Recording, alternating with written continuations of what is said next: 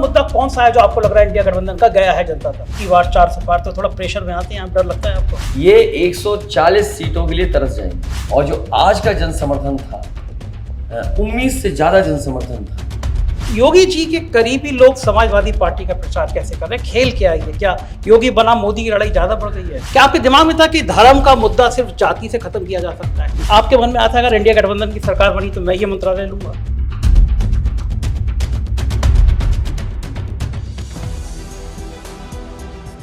नमस्कार, मैं हूं संजय शर्मा। आप देख रहे हैं 4PM न्यूज नेटवर्क। चुनाव अपने शबाब पर है, पीक पर है।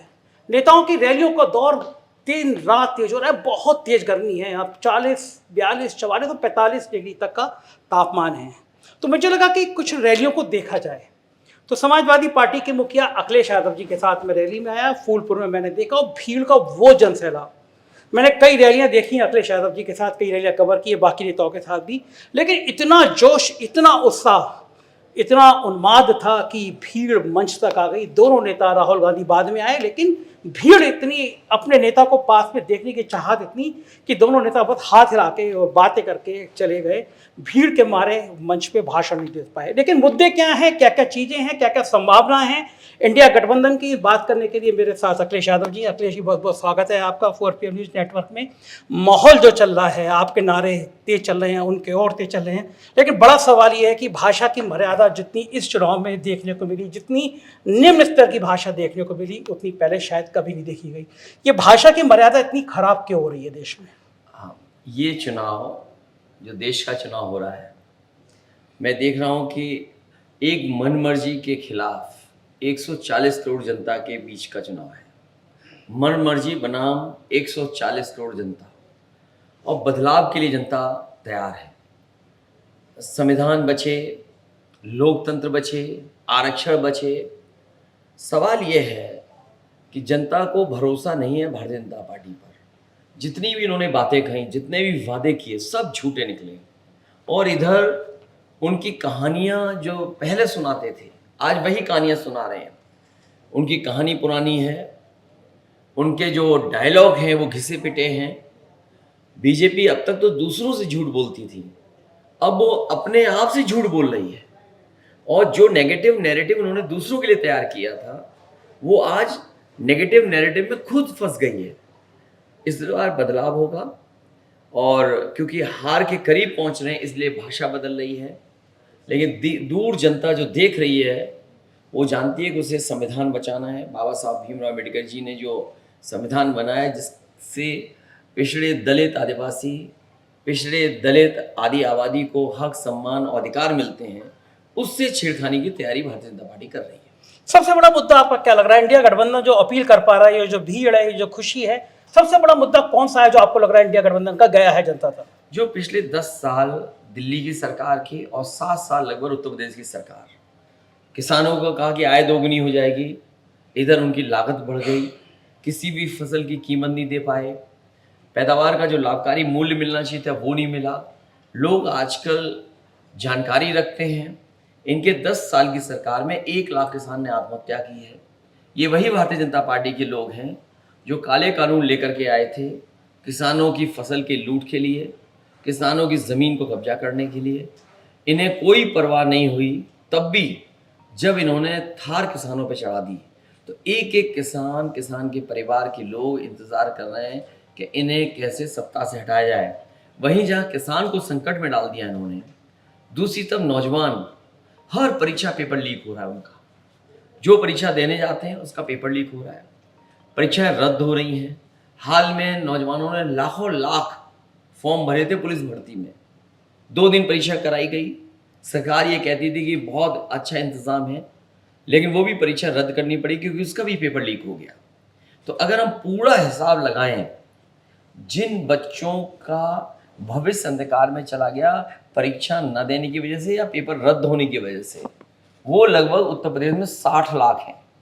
अगर इन्हीं 60 लाख बच्चों के माँ बाप को हम जोड़ दें तो 3 सदस्य सरकार से जो नाराज़ हैं, तो 3 गुणा 60 लाख 1 करोड़ 80 लाख बनता है। यही 1 करोड़ 80 लाख अगर हम भाग दे दें 80 लोकसभाओं से, तो हर लोकसभा में भारतीय जनता पार्टी का 2,25,000 वोट कम हो गया। तो आखिरकार भारतीय जनता पार्टी कैसे बचेगी जब इतने बड़े पैमाने पर लोग नाराज हैं इनसे? और महंगाई देखिए कहाँ पहुंच गई, दवाइयाँ महंगी हो गई, डीजल पेट्रोल महंगा हो गया, खाद से चोरी हो गई। पहले 5 किलो खाद कम की, फिर 5 किलो कर दी कम। सुनने में आया कि इन्होंने ज़बरदस्ती डीएपी को बोरी के साथ साथ नैनो यूरिया खरीदवा दी। और यहाँ तक सुनने में आ रहा है कि जिस व्यक्ति ने नैनो यूरिया इंट्रोड्यूस की थी वो भी भारत छोड़ करके भाग गया। तो आखिरकार आपने जनता के लिए क्या काम किया? तो इसलिए जनता विकल्प के रूप में जनता समर्थन इंडिया गठबंधन को दे रहा है। कांग्रेस को, समाजवादी पार्टी को इस बार बड़े पैमाने पे सीटें मिलेंगी। और जो आज का जन समर्थन था, उम्मीद से ज़्यादा जन समर्थन था। लोगों ने या हमारी पार्टी के कैडर के लोगों ने ये तैयारी की थी कि कम लोग आएंगे, लेकिन जब सभा भीड़ देखी थी आज, और सभा में जो लोग आए वो कई गुना लोग आ गए। ये जोश कहाँ से आता है? इतनी तपती गर्मी में बैरिकेडिंग तोड़ के आपके पास चले जा रहे हैं दीवानगी, ये आता कहाँ से अंदर से? ये लोकतंत्र की खूबसूरती है। और जनता ये सोचती है कि अच्छे दिन तो आए नहीं, कम से कम खुशियों के दिन और सुनहरे दिन तो आ जाएं। और अच्छे दिन लाने वालों को हटाने के लिए, सुनहरे दिन और खुशियों के दिन लाने के लिए ये जन सैलाब दिखाई दे रहा है। अच्छा, एक बात ईमानदारी से बताइए, जब वो नारा लगता है अब की बार 400 पार, तो थोड़ा प्रेशर में आते हैं आप? डर लगता है आपको? नहीं, वो बात जो 400 पार की थी वो संविधान बदलने के लिए थी। ये तो आप लोगों ने ट्विस्ट कर दिया उसको, बात नहीं, ट्विस्ट नहीं किया। और अगर हम 400 पार की भी बात सोचें तो बाद में बात समझ में आई कि बीजेपी कह रही है कि 400 पार सीटें जीतेंगे, मतलब 543 सीटें हैं। तो 400 अगर हम हटा दें तो बीजेपी बात कर रही थी 143 सीटों के लिए। और यकीन करिए, जितनी नाराजगी बढ़ रही है, जितना गुस्सा बढ़ रहा है, हर चरण में भारतीय जनता पार्टी के खिलाफ गुस्सा बढ़ता चला जा रहा है। और देखिएगा आप, जब 7 चरण के चुनाव खत्म होंगे तो जनता का गुस्सा भारतीय जनता पार्टी के खिलाफ 7वें आसमान पे होगा। जो लोग 400 की बात कर रहे थे, 400 पार की बात कर रहे थे, 143 दूर, ये 140 सीटों के लिए तरस जाएंगे। आपकी तो लॉटरी लग रही है। जिस समय वैक्सीन नहीं लगवाई थी उस समय सब आप विलेन बने हुए थे, और अब कोविशील्ड का मामला आया और फिर आपका बयान दोबारा रील बन के जारी हो रहा है कि आपने। दुख की बात तो ये है कि अब वैक्सीन कंपनी और वैक्सीन वाले लोग ये कह रहे हैं कि जो वैक्सीन हमने मार्केट में दी थी, लोगों को लगा दी थी, अब वो वापस ले लेंगे। मुझे कोई बता दे, दुनिया का कौन सा ज्ञान है कि अगर वैक्सीन आपके शरीर में चली गई वो वैक्सीन वापस ले जाएंगे? इससे भी बड़ी दुख की बात यह है कि जिससे सबको वैक्सीन लगवाई, उससे भारतीय जनता पार्टी ने पैसा वसूल लिया, चंदा वसूल लिया। और जब से इलेक्टोरल बॉन्ड की बात जनता के बीच में चली गई है, भारतीय जनता पार्टी तो उसके बारे में बात ही नहीं करती है। कोई कल्पना कर सकता है कि इलेक्टोरल बॉन्ड के बहाने इतना पैसा वसूला जाएगा? इतना पैसा वसूला है। सच्चाई तो ये है कि इलेक्टोरल बॉन्ड ने भारतीय जनता पार्टी का बैंड बना दिया है। और एक भ्रष्टाचार, ऑर्गेनाइज भ्रष्टाचार, और इसी भ्रष्टाचार की वजह से महंगाई है। जहां बीजेपी ने इलेक्टोरल बॉन्ड लिए जिनसे, वो स्वाभाविक है मुनाफा कमाएंगे, और जब मुनाफा कमाएंगे तो वो महंगाई बढ़ेगी। तो भ्रष्टाचार और महंगाई का गठजोड़ जो बीजेपी ने किया वो इलेक्टोरल बॉन्ड में दिखाई दे रहा है।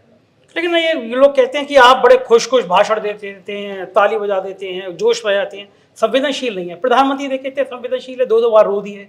आपको रोना क्यों नहीं आता है जनता का दर्द देख के? सवाल ये नहीं है कि आप इसलिए आंसू बहा रहे हैं क्योंकि आपने जनता को आंसू दिए हैं। ये बात आप महसूस कर रहे हो कि आपने जनता को आंसू दिए हैं। हर व्यक्ति की उतनी ही आस्था है, उतना ही सम्मान गंगा माँ के लिए जितना उनके मन में है। आपने क्या भरोसा दिलाया था कि माँ गंगा की सफाई हो जाएगी, पानी निर्मल और अविरल बहेगा, लेकिन आज देखो ना क्या हालत है गंगा की। और फिर जिस लोकसभा से आप जीत करके आते हैं, प्रधान सांसद जी ने ये कहा था कि इस लोकसभा को हम क्यूटो बना देंगे। वही काशी के लोग जिस तरीके से वैक्सीन का सर्टिफिकेट देख करके वोट डालने जाएंगे, काशी के लोग एक बार को क्यूटो की इमेज देख करके फिर वोट डालने जाएंगे। हाँ, ठीक बात है, बहुत बुरा हाल है। अमेरिका में एक बहुत बड़े डॉक्टर है, मेरे दोस्त है, उन्होंने मुझसे फ़ोन करके ये कहा कि प्रधानमंत्री बड़ा महत्वपूर्ण व्यक्ति होता है, बहुत ताकत होती है, हाथ पे न्यूक्लियर बटन होता है। तो जो प्रधानमंत्री इतना भावुक हो जाए, रोने लगे, इसका मतलब वो बहुत ज़्यादा मानसिक मैं असंतुलन तो नहीं कहूँगा, कहना भी नहीं चाहिए प्रधानमंत्री के लिए, लेकिन क्या इतना जो परेशान हो उसको प्रधानमंत्री पद के लिए होना चाहिए? मैं इस बात को नहीं कहूँगा कि बहुत से लोग होते हैं बहुत इमोशनल होते हैं और बहुत से लोगों के लिए कुछ विषय बहुत इमोशनल होते हैं। ये तो सामने वाला ही बता सकता है कि अ, सच्चे में दुखी हुए या नहीं दुखी हुए। उसमें मैं बहस इसलिए नहीं करना चाहता हूँ, किसी के इमोशन से हम लोग खिलवाड़ नहीं कर सकते, लेकिन बीजेपी को वही सोचना चाहिए कि देश के इमोशन से भी उन्हें खिलवाड़ नहीं करनी चाहिए। अच्छा, एक बात बताइए ईमानदारी से, वो आप नहीं कह रहे इमोशनल बात है, जब वो आपको शहजादा कहते हैं तो आपको कैसा लगता है? नहीं, अगर वो शहंशाह हैं और शहजादा बोल रहे हैं तो इससे हमें कुछ बुरा नहीं लगता। एक शहंशाह अगर शहजादा बोले तो क्या खराब लगता है? क्यों बोलते हैं प्रधानमंत्री आपको? एक नेता है, पार्टी का अध्यक्ष है। आपको जनता में कोई ना कोई बात ऐसी रखनी है जो उनके दिलो दिमाग में चली जाए, याददाश्त में चली जाए। तो कोई बड़ी बात या साइंटिफिकल या टेक्नोलॉजी वाली बात कहेंगे तो नहीं याद रखेगी ना जनता। तो इसीलिए वो जानबूझ करके जनता का ध्यान हटाने के लिए और दूसरों पे कुछ न कुछ आरोप गढ़ने के लिए ये बात कही जाती है कि शहजादे रिप्रेजेंट कर रहा है कि बहुत अमीर लोग हैं, समझ नहीं पा रहे हैं सच्चाई को। लेकिन सच्चाई ये है कि बीजेपी जनता के दुख दर्द को नहीं समझी है। और याद रखिएगा, लोकतंत्र में जो जनता का दुख दर्द नहीं समझता है वो समय आने पर जनता उन्हें बदल देती है। हाँ, ये बात तो ठीक है, लेकिन लोग कह रहे हैं इस बार आपने धर्म की राजनीति को जाति की राजनीति से कन्वर्ट कर दिया। कुर्मी समाज का खास तौर से लोग कह रहे हैं कि आपने इतना बढ़िया इस बार जाति का कार्ड खेला, सबसे ज़्यादा कुर्मी जाति को वोट दिए। फूलपुर जहाँ हम गए हैं, बीजेपी से आया व्यक्ति आपने जाति देख कर टिकट दे दिए। क्या आपके दिमाग में था कि धर्म का मुद्दा सिर्फ जाति से खत्म किया जा सकता है? देखिए, लोग ये कहते हैं कि आपका डेमोक्रेसी में आपकी केमिस्ट्री ठीक हो, अर्थमेटिक ठीक हो। मेरी कोशिश यही रही कि अगर बीजेपी अपना अर्थमेटिक ठीक कर सकती है, जाति के आधार पर अपना सोशल इंजीनियरिंग कर सकती है, तो समाजवादी पार्टी क्यों नहीं? इस बार समाजवादी पार्टी ने कोशिश की है कि जो लोग कभी छूट जाते हैं कई बार, और पिछड़े, दलित और आदिवासी अल्पसंख्यक का जो नारा दिया हम लोगों ने पीडीए परिवार बढ़ाने का, तो पीडीए का जो नारा दिया उसी के तहत हम लोगों ने कोशिश की है कि पीडीए परिवार के लोगों को ही ज़्यादा से ज़्यादा टिकट दें, चाहे वो कुर्मी समाज हो, अन्य बैकवर्ड समाज हो, या जिनकी बहुत ज़्यादा हिस्सेदारी नहीं होती है, उन लोगों को भी कोशिश की है कि शामिल किया जाए। दिल्ली में लोग कह रहे हैं कि ये योगी जी और मोदी जी की जो जंग चल रही है, सो कॉल्ड जंग चल रही है, शीत युद्ध की खबरें आ रही हैं, उसके पीछे समाजवादी पार्टी के लोग हैं तो बड़ा वायरल कर रहे हैं और उदाहरण देते हैं कि आपने उनके सबसे करीबी, जैसे राजा भैया को उदाहरण देते हैं कि उनके करीबी लोगों को आपने तोड़ लिया, वो अब आपकी तरफ आ गए। प्रतापगढ़, कौशाम्बी, दो उदाहरण है। योगी जी के करीबी लोग समाजवादी पार्टी का प्रचार कैसे कर रहे हैं? खेल क्या है ये? क्या योगी बनाम मोदी की लड़ाई ज़्यादा बढ़ गई है? ये तो बीजेपी को समझना होगा कि उनके आपस में क्यों एक दूसरे में झगड़ा हो रहा है या एक दूसरे को क्यों नीचा दिखाया जा रहा है, ये बीजेपी बता सकती है। और कोई ये समाजवादियों का करा हुआ नहीं है, ना समाजवादी कभी से लाभ लेना चाहती है इस झगड़े से। समाजवादी लोग आखिरी होंगे कि नहीं दो लोगों के बीच में झगड़ा उसका लाभ लें। ये झगड़ा पुराना चल रहा है। यूपी में अभी तक चीफ सेक्रेटरी अपॉइंट नहीं हो पाया। कई अधिकारी जिनका सपना था कि वो चीफ सेक्रेटरी बन जाएंगे, उनका सपना तोड़ा है इन सरकारों में, और मनी मन दुखी होकर घर चले गए, बेचारे रिटायर हो गए। इस तरह डीजीपी नहीं बन पाया उत्तर प्रदेश में। तो सोचिए, ये कोई झगड़ा समाजवादियों का कराया थोड़ी है। तो मतलब आपको लगता है कि ये इसलिए नहीं बन पा रहा कि योगी बनाम मोदी की जंग है? कहीं आपको लगता है? मैं नहीं समझता हूँ कि बीजेपी के अंदर क्या जंग चल रही है, लेकिन लोग ये मानते हैं कि कुछ ना कुछ ऐसा चल रहा है जिससे उत्तर प्रदेश को लाभ नहीं मिल रहा है, उत्तर प्रदेश का भला नहीं हो रहा। तमाम देश की जो मेन स्ट्रीम मीडिया है, उन चैनलों ने चलाया कि अखिलेश जी प्रधानमंत्री पद को लेकर, राहुल गांधी के नाम को लेकर सहज नहीं है, अभी वो तय नहीं कर पा रहे हैं। कुछ प्लानिंग है कि अगर इंडिया गठबंधन की सरकार बनती है तो कौन प्राइम मिनिस्टर? देखिए, जो भी प्रधानमंत्री बने, समाजवादियों की कोशिश है कि तमाम चेहरों में एक चेहरा कोई प्रधानमंत्री बने, उसी की लड़ाई हम लोग लड़ रहे हैं। अच्छा, एक आखिरी सवाल, आपके मन में आता है अगर इंडिया गठबंधन की सरकार बनी तो मैं ये मंत्रालय लूंगा?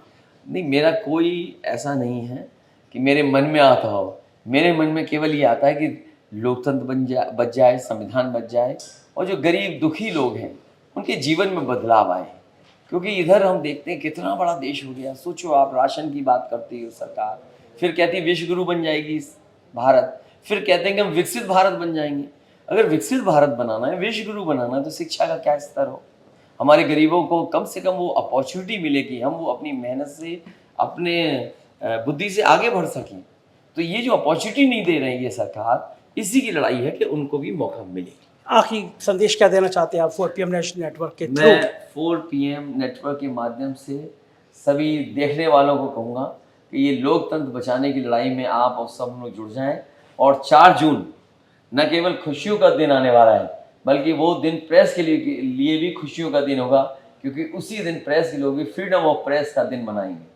बहुत बहुत शुक्रिया अखिलेश जी, आपने सभी बहुत धन्यवाद। तो ये थे अखिलेश यादव, और जो बता रहे थे कि संविधान बचाने की लड़ाई अब किस स्तर तक आ गई है। आप महसूस करेंगे कि ये एक बड़ा मुद्दा बन गया।